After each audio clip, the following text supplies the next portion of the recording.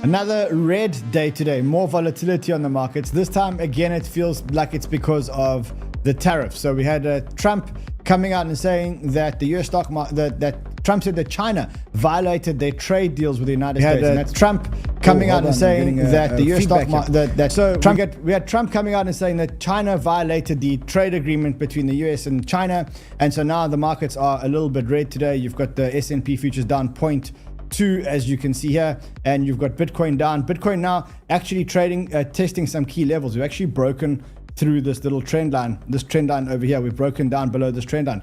So now the big question is, with all this uncertainty, how are the markets going to respond? We've had an amazing run on the S&P. In fact, if we look at the S&P, if you look at the bottom to top, so since Liberation Day, tariffs were actually announced, was over here at 4,801. We're up like 23%. And I have a guest today who says that this is basically a dead cat bounce, and that at some point this is going to come down, and when it comes down, it's going to come down really hard. And so I think we need to listen to what this guest says. I think we need to get his views on the on gold and Bitcoin, which is actually, he's rather bullish on Bitcoin, on the interest rates, on the yields, and everything else to do with the economy. So if that sounds good to you guys, on a Friday, I've got a very cool banter with you with a very good guest. Subscribe to our channel. I need you guys to obliterate the like button. Let's get the show on the road, guys.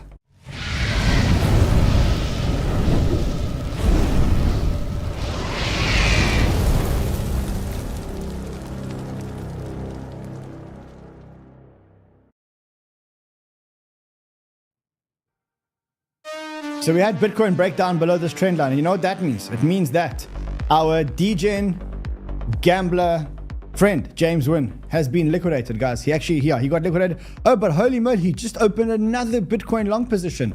A $46 million Bitcoin long position. This was like recently updated. This is recently updated. I must say, like, I think that this is a crazy way to learn leverage. I do think that leverage can actually be a friend of yours in certain situations, but you really need to know how to use leverage safely with the right controls and whatever else. I've seen a lot of people make a lot of money using leverage, but this is actually like absolute plain gambling, what's going on here. And so what Sheldon and I have decided to do is, on Thursday next week, we're going to host like a free leverage workshop. It's at 10:30 a.m. EST. Sheldon and I are going to host a free leverage trading workshop, basically. And I'll show you at the end of the show how you guys can actually apply to become part of that webinar on Zoom. Because as I say, it can be a good friend, but not like that. Not like that. Anyway, let's talk about things that are happening today. And I think what we're getting in today, I think the word of the day is more volatility, more uncertainty. So we had the tariffs, which were ruled out by the courts, but then the courts actually said no, the tariffs actually can come back, and so now we have the tariffs reinstated. And I mean, what that actually does, it causes a whole lot of uncertainty. And what is worse than tariffs is uncertainty about tariffs.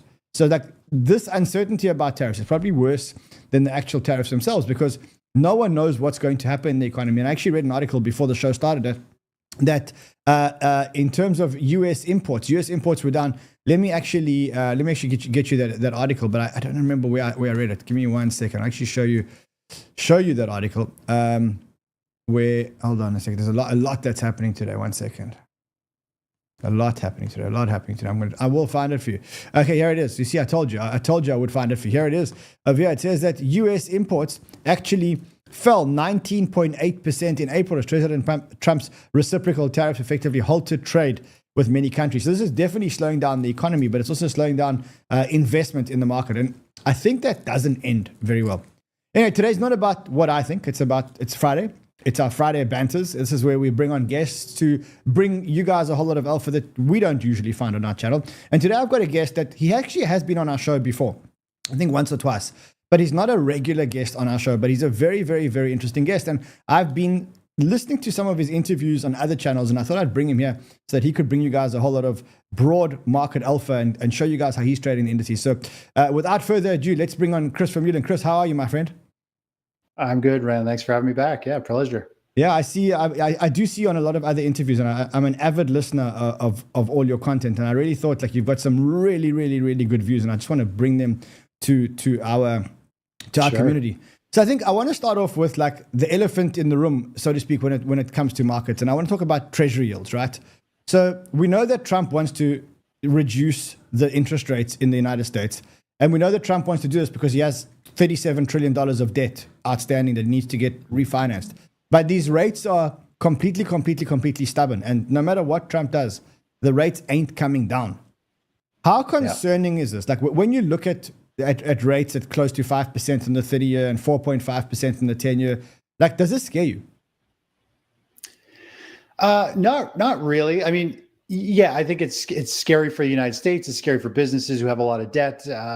But I mean, this is just the reality. I mean, I think the world is kind of a little nervous. They don't have a lot of trust in the States right now, and that uncertainty is creating a high interest rate. And tariffs could lead to way more inflation, and so interest rates are probably going to be very stubborn. I don't think they're going anywhere for a while. The only time I think rates are going to probably get cut is if Trump actually forces it, if he can, or we go into some big financial reset and the feds are like, okay, we got to start cutting rates because we're just killing the economy. We're killing our country. We're killing businesses because things will eventually slow and people just can't service the debt. So it doesn't really matter. I'm a technical trader, so it really doesn't matter which way something goes. We just wait for it to pick a direction and trade with the trend. But overall, it is bad news for the economy. There's no doubt it's scary for the majority and for the economy to have high interest rates. I think I heard you saying on someone else's podcast, I think saying like we don't try and predict it. We just work with what the charts are actually giving us, right? Exactly. That's it. It's as much I can be bullish or bearish on something. I'm bearish on the markets, for example, but we're long the market. So I don't trade what I think and feel and what the kind of economic data is showing. I actually trade what is moving on the charts. Stick with the trend. That is the key. Your emotions in the news will put you on the wrong side of pretty much all trades. Amazing. So it's a dangerous way to go. All right. So then show me the charts that you're trading on and show me what the thesis is and what you're actually trading. Let's get your screen up here and then you can actually walk me through exactly what you're actually trading and what the thesis is. Yeah. So what do you want to look at first? You want to look at the S&P 500? Just take a look here. Let's start off with broad markets. So let's use the S&P 500 as a measure of risk, so to speak. Yeah. So, okay. Well, the broad market as a whole, this is a 30-minute chart of the S&P 500 telling us when a trend is more or less ended and we went into this year's 20% sell-off. And then, of course, it's kicked back into an uptrend. But overall, when we look at the general market, I do believe we've had a big break to the downside. I think we're going to see the stock market.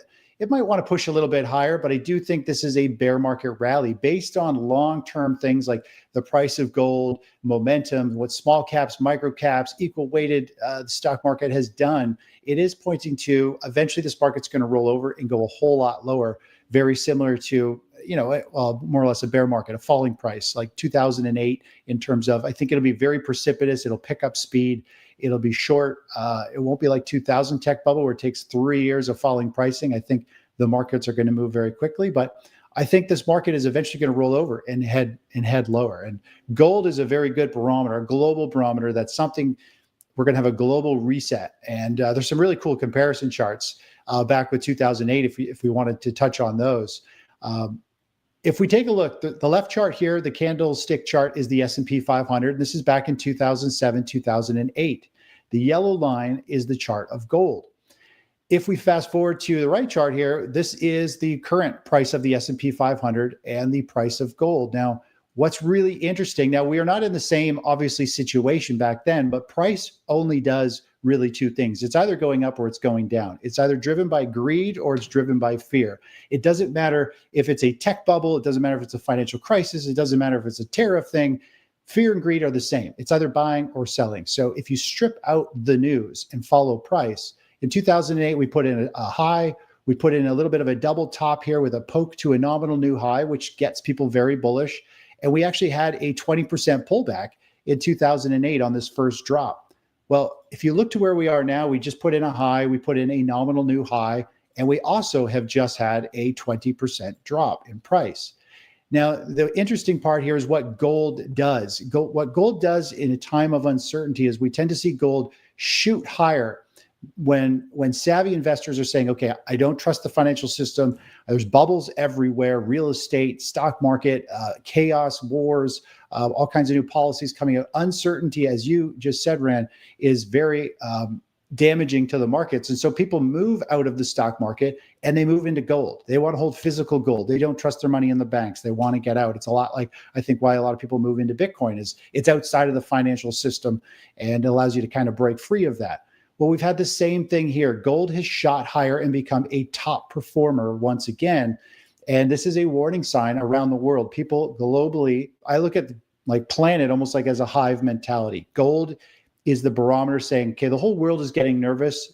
We're seeing gold move up because they don't trust what's going on with other assets. And so this is a huge, huge red flag. And of course, if we were to just kind of add in the dollar into here, which is a very important part, if we look at what the dollar had done, the dollar had fallen in 2008 and it became the most hated asset. Everybody wanted gold. If we take a look at where we are right now, when we throw the dollar in here, the dollar has crashed. It's down near the lows. Everybody hates the dollar. It's the most hated asset. And of course, everybody is talking gold, gold and Bitcoin. So we're in a very similar situation there. And the problem is once this market starts to roll over, if we take a look at 2008, this is where the market goes into this precipitous sell-off. And we saw this giant collapse of 57%. So I believe we could be going into something similar to that. It's a different scenario, different reasons why, but when people get scared and the economy slows down, stock prices, pretty much most assets fall going forward. So that's kind of my high level, really high level basic view of what I see unfolding and what you need to be prepared of. I'm not saying this is going to happen. I'm just saying you need to know it could happen and you better have a game plan, because if the stock market here does roll over and start to sell off, it's going to kill a lot of people's accounts. A lot of people in the markets have never been through a stage 4 financial reset.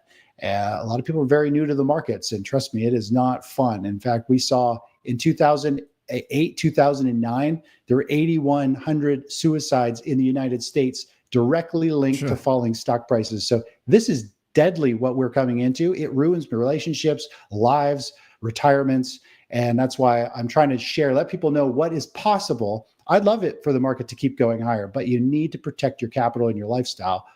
And that's kind of what I focus on here. Okay. So at the same time, you said currently you're long. So you said you just presented a thesis. The thesis says that the S&P could go down by 50%, or at least if it follows 2008.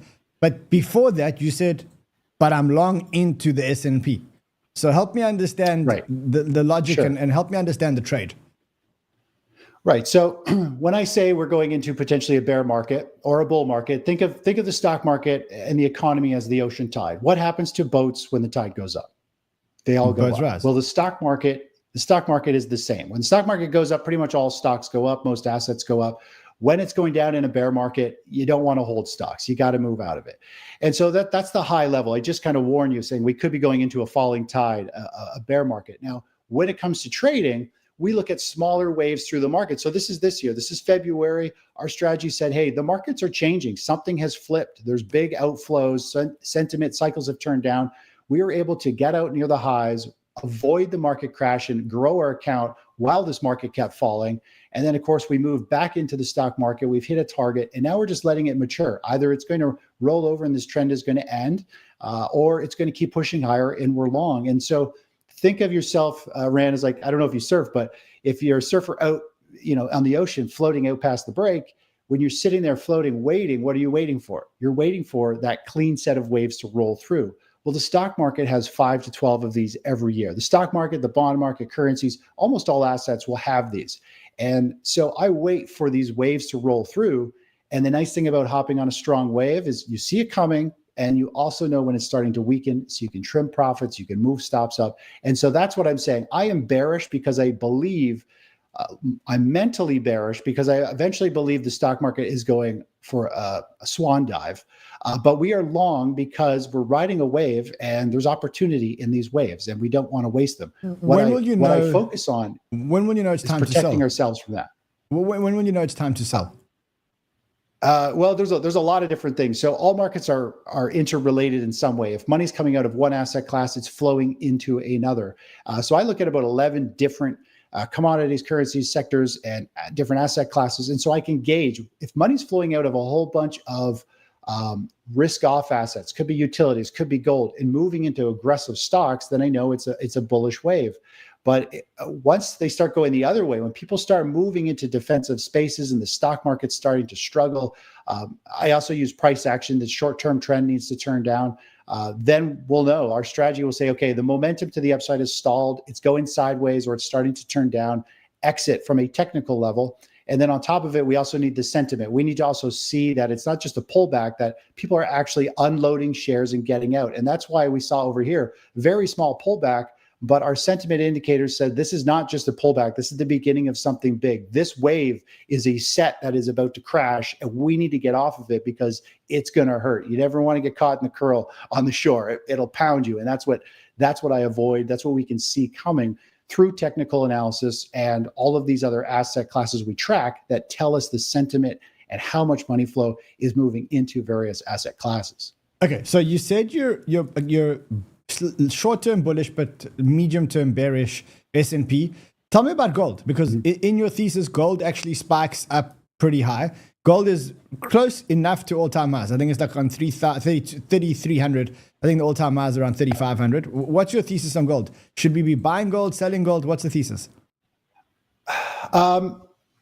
Gold, it's kind of, in simple terms, it's still in a bull market. But from a more granular level, it is showing signs that it doesn't have a whole lot of upside left. So there's some really interesting analysis here with Fibonacci extensions. Based on the price chart of gold, there are some levels where we started a super cycle in gold. It rallied up to 2011. It pulled back into 2015. Fibonacci is one of my favorite tools. It is very powerful. More or less, if price hits the 618 level, which is right here, we almost always go up and hit the 100% measured move. And so this was a target that we had right after we started the next super cycle in 2019. I said, okay, this is our first upside target. Second one is here. Anything after that is icing on the cake. And we just need to be aware it's probably eventually going to put in some topping wicks or topping candles, and it's going to come down and have a bigger correction. Now, what's really interesting here is we've had multiple of these Fibonacci levels hit. We had a Fibonacci level target hit over here. We had another one hit over here, another one right over here, another one over here. And what's interesting is each time we hit these 100% measured moves that were expected to happen based on price action, each of these times gold rallied 22 to about 25%. And it's just done the same thing right here. And so I believe we've started this super cycle. We've had this multi-year pause. Nobody really wanted gold for a few years because they piled into stocks. They piled into real estate. Well, guess what happened right over here when gold paused before the 2008 crash? Gold paused because everybody piled into the housing market. They piled into the stock market. And then suddenly, this is the interesting part, gold shot up, made new all-time highs, just like it's doing right now, because savvy investors are saying something is off. Something is going to break. And then we went into a financial crisis and gold pulled back 34%. I believe gold's going to pull back 25 to 34% again. I think we could see a fairly healthy correction. After that, then I think it's off to the races for a multi-year run going forward. But so you're gold, saying, I think the next slight blow off top now, 25% pullback, and then that's your buying opportunity which takes you into the next round. And if I follow the pattern here, then the next round actually looks to be pretty aggressive. It is. I think, gold will probably start blasting through like 5,100, 7,200, like 12,000. Like it'll be pretty exciting. I think once we start a new super cycle, gold is actually the boring one. I like gold right now because it's steady, it's consistent. It's been a perfect gold play we've been in for a long time and playing it. But when we actually start a new super cycle, like in 2019 over here, and a new super cycle that started in early 2000, you actually kind of want to look at silver and the miners, because they're the ones that are like the leverage. As you mentioned earlier, leverage can be your friend if you're in the right market environment, in the right asset class at the right time. Man, it is life changing. And you only have to live through one gold cycle, one beginning cycle with miners or crypto for that case, and you can make a crap load of money. So the key is keeping your money until a new cycle like that shows up and then taking advantage of it. And gold's not there. I think gold could rally to 37.50 based on the daily chart. That's where it's pointing to. But, from where we are right now, it's 37.50. It's only about a 13% move. I think there's more opportunity in Bitcoin, believe it or not, than gold. Let's go into Bitcoin because I know you're super bullish. Yeah, so Bitcoin has had some really interesting price action. So you and I had spoke back in 2021, and I said the charts were pointing to it's eventually going to roll over. We're going to go down to about 16,000, which it ended up dropping down to about 15,000. And in that talk in 2021, I said after it makes that crash, 1,008 is the next 100,008 is the next target, which is funny because we ended up doing a trade recently. And we got in and we made a 40% move in really just a handful of weeks. And we got out at 108,750. So it was pretty interesting how the technical charts have played out that way. I remember after I got off your show, Lisa, you had a lady on there and she laughed me off the stage saying, stock market guys don't get it, even though I nailed it and we've actually played it and traded it. So looking forward, given that, the technical analysis here on the chart, we saw this first chart pattern on the monthly chart. It rallied up. It created this beautiful bull flag pattern. And we come down to the low. And this is Fibonacci extensions. This tells us where the two targets are for Bitcoin. We took off some of our position here at the 618. We took the rest off at 108,750. The market since then has been pulling back, creating another bull flag pattern. And so now we can project forward where Bitcoin's next run is, which is the start of this rally up, this peak, and this pullback. And as you can see right now, Bitcoin has tagged the 618, which is a good thing. You want something to tag the 618 and you want to see it pause and pull back. That means the technicals are dead on. And once it does rebalance and regroup, it should run up to 135,000. So that's my next upside target. With our short-term strategy, we're actually long 𝗖𝗵𝗿, which is the ETF. I don't actually trade crypto myself. I just trade the ETFs. Keep it pretty simple. And so that's what I see going forward here. Now, there was one caveat. If and when the stock market does roll over and say we go into a financial reset, Bitcoin, which pretty much moves with the NASDAQ most of the time, like 9 out of 10 days, will correct and it will pull back. And at that point, we can redraw the analysis and say, okay, where is the downside target now that the economy has changed and the selling has kicked in? So at this point, I think you need to be long. You need to be owning Bitcoin. I think it's got percentage-wise.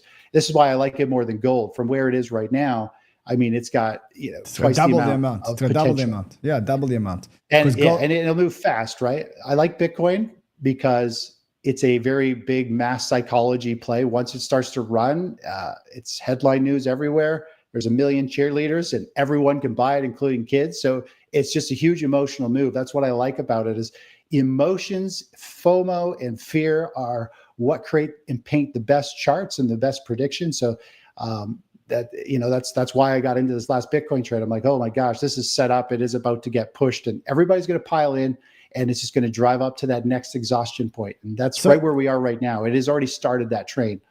When you look at the short term, so we have had a very good run on Bitcoin. You said you guys got in and you sold at 108,000, give or take. Then we've had a slight pullback. I think we went back down to like 100 or somewhere there. Do you think that there is another leg down for Bitcoin before we actually end up going up, or like how do you think we go from here up? Yeah, well, we've had this is the daily chart on the right that I'm looking at. So we have had a little bit of a pullback.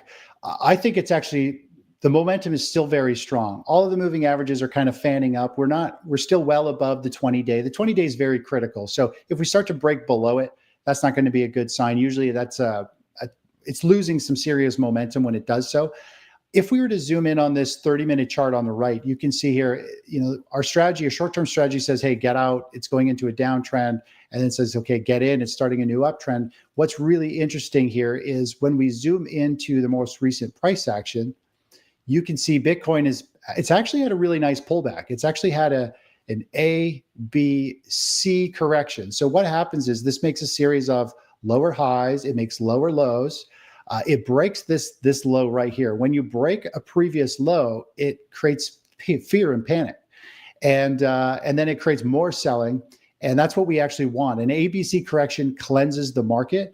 And our short-term strategy here is saying, okay, Bitcoin is now lime green, which means it's oversold.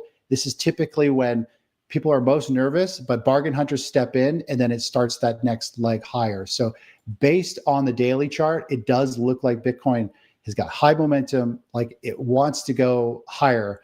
And, it's actually held up very well above pretty much these candle highs. The majority of this price action is busted through that ceiling, and now it's just settling down, and it's just churning shares. People who are nervous are getting out, new people are getting in. This is actually still very bullish price action.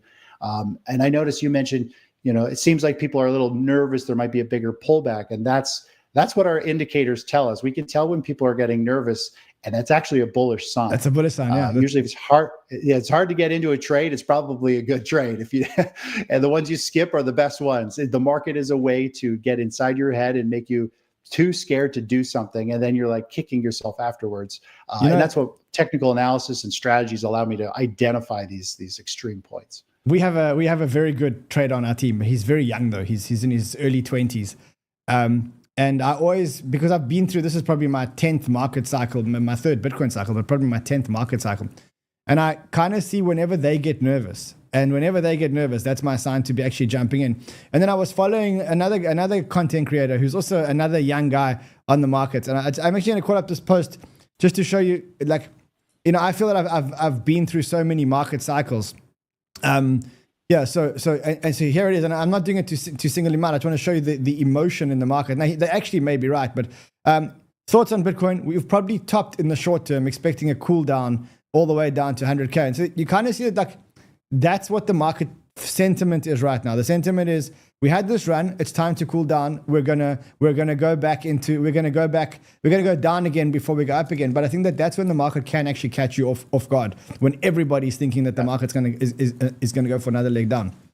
I want to throw a little curveball at you, Ethereum, because it's been quite a tough ride for Ethereum people, right? I believe it or not, I don't follow it. I'm not, as you, I think, no, I'm not a big crypto person. The only thing I follow is Bitcoin, because that's just the one barometer. To me, Bitcoin is kind of like the S&P 500. If I know what the S&P 500 is doing, I know how to trade and activate different sectors and commodities and things. And to me, Bitcoin is just the one big barometer I follow. It's the mass psychology. So I have no idea about Ethereum, really.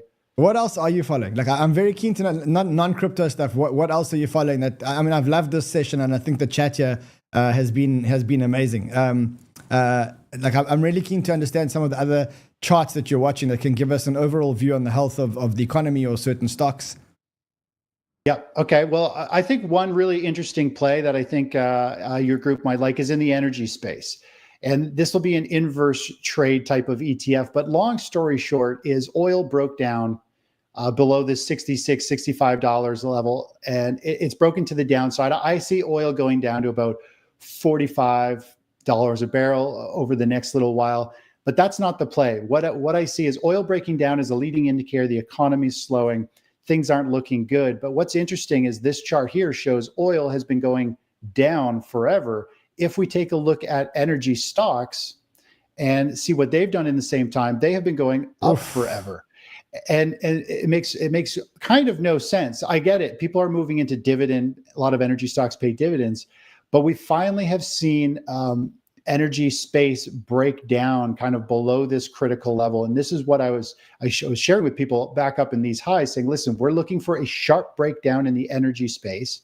And then we're looking for some bounce or pause, a bear market kind of bounce. And then when the stock market gives us a sell signal, I'm not trading the sector yet. I'm waiting for the S&P 500 to say, okay, the uptrend is over. Once the stock market is in a downtrend, pretty much everything's going to go down. And to me, this is a very big unwinding play where this eventually will roll over. And ERY is a 2x ETF. I think there's potential to make 30, 60% to the downside in the energy space. It's going to be a huge unwinding. A lot of retirees hold energy stocks. They're dividend paying. They're solid companies fundamentally. But the thing is, when retirees, which have most of the money, 50-plus-year-old in the stock market, they all panic at the same time, and they all sell the same stocks at the same time, which is why dividend stocks in general and energy stocks all crash, and they actually fall harder than the stock market. Most people don't realize that. And your title for this, this talk today is there's a ticking time bomb. The buy and hold, diversification, dividend stocks, they're all a ticking time bomb for a retiree. They're like the worst strategy you could do, because right when you need your money the most and you don't have time to waste, the markets are going to reset and completely screw you. Because right when you need your money, the markets are...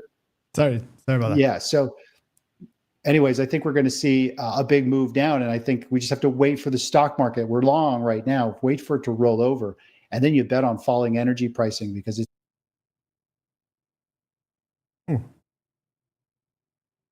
So that's really about it. I mean, the rest of this stuff is, just kind of letting other things unfold. And I mean, the housing market is getting ugly. I think the housing market is going to have a big correction. Tell me why? Because I think my thesis around housing is that housing is a fake market, because people always believe that their house is worth something, and that gives them almost like a false sense of security until they actually go into the market and then try and sell their house because they actually need their money, and then they realize they can't get their money. And that's why I'm very, very, very wary of housing. I think it's the most lagging indicator because of what I call the denial factor, so to speak. Mm-hmm. I think you're right. I think most people think their house is worth more than it is. Yeah, and sure. I've spoken to a lot of real estate investors. I've done a lot of real estate podcasts and shows and education on it. There's no doubt people right now who I talk to, they're trying to sell their homes. Some of them are trying to get rid of some vacation homes, some rental properties, especially in southern United States, and they can't sell them. They've lowered their price. They have no offers, and they're lucky because they're all already financially set. So they're just like, you know what, forget it. I'm just going to keep renting it. I'll just keep it. And the problem is the more unfortunate people, that when jobs get tight, people run out of money, the economy slows down, those people have to sell. And once they start selling, we're going to see home prices drop dramatically. I think we're going to see home prices drop on average in the United States another 15 to 25%. And it is going to catch people off guard. And when home prices start to fall, that's when it starts to hit investors in both pocketbooks. Their value, their net worth in the real estate and their portfolios are falling. And it's easier to sell stocks. And so that's why the stock market really plunges. It's just a quick call or hit in a trade order, and you can bail out of your position. And unfortunately, it's herd mentality. People all panic around the same time, and it creates a flood of selling into the market and depresses pricing, which is a huge opportunity. We could profit from falling markets.